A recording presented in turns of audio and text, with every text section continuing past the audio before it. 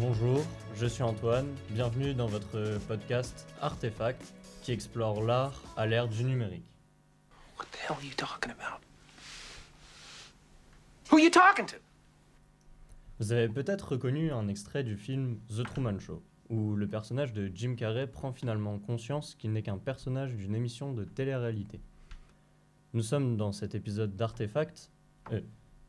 Nous nous demanderons dans cet épisode d'Artefact, en quoi le cinéma tente-t-il d'anticiper les conséquences des avancées technologiques sur notre société.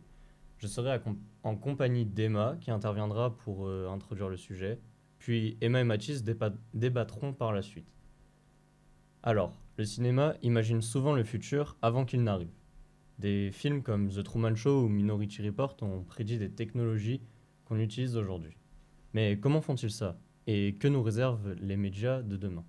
On en parle avec Emma, experte en nouvelles technologies. Bienvenue. Bonjour. En 1998, The Truman Show montrait un homme surveillé 24 heures sur 24 pour divertir le public. Aujourd'hui, tous les réseaux sociaux et des projets comme Chat Control, on dirait que ce scénario est en train de devenir réalité. Qu'en pensez-vous ? C'est exactement ça. À l'époque, l'idée semblait totalement folle. Maintenant, on partage tous notre vie en ligne. Des outils comme le chat control pour analyser nos messages privés. La différence avec Truman, lui, il ne savait pas qu'on le surveillait. Nous, on le fait volontairement, ou presque.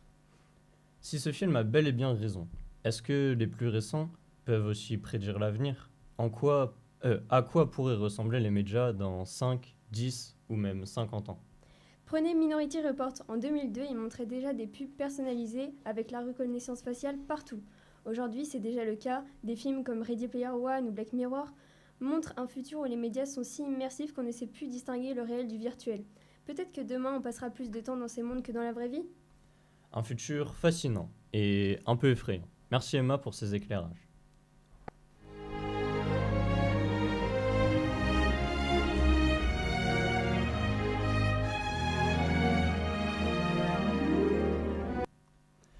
Bonjour Mathis, vous êtes donc avec nous pour échanger avec Emma. Bonjour, oui, c'est tout à fait ça. Emma, vous dites que le cinéma peut anticiper les innovations technologiques. Pouvez-vous nous donner quelques exemples concrets ? Bien sûr, Ready Player One est un film où les gens vivent majoritairement dans des mondes virtuels. Aujourd'hui, des entreprises comme Meta développent exactement ce genre d'univers. Le cinéma ne prédit pas l'avenir de manière exacte, mais il nous propose des éventualités qui pourraient inspirer les innovateurs. Par exemple, les casques de réalité virtuelle ou les mondes interactifs existent déjà dans les science-fiction avant d'être développés. Mathis, vous n'êtes pas du même avis ? En effet, parce que le cinéma simplifie souvent la réalité. Dans Ready Player One, tout semble parfait, alors qu'en réalité, des technologies comme la réalité virtuelle, elles sont encore limitées.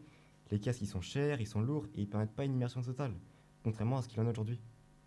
Ou encore, par exemple, la reconnaissance faciale dans Minority Report, elle est présentée comme une solution miracle, alors qu'aujourd'hui, elle pose des questions sur la vie privée.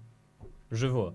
Donc le cinéma ne montrerait que le côté spectaculaire ? C'est ça, il se base sur des éventualités en les rendant d'une certaine manière parfaites, de façon à ce que le film soit agréable à regarder.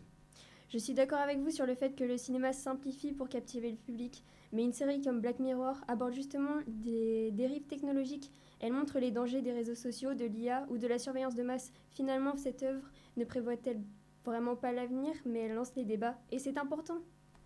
Nous pouvons donc en conclure que le cinéma n'anticipe pas tout à fait le futur, mais permet de nous faire réfléchir. C'est ça, le cinéma de science-fiction fait passer des messages à travers ses films, non pas pour prévoir un avenir, mais pour faire réfléchir les gens sur des sujets importants de notre futur. Nous pourrons nous demander comment Terminator nous permet de faire réfléchir sur l'IA et ses conséquences.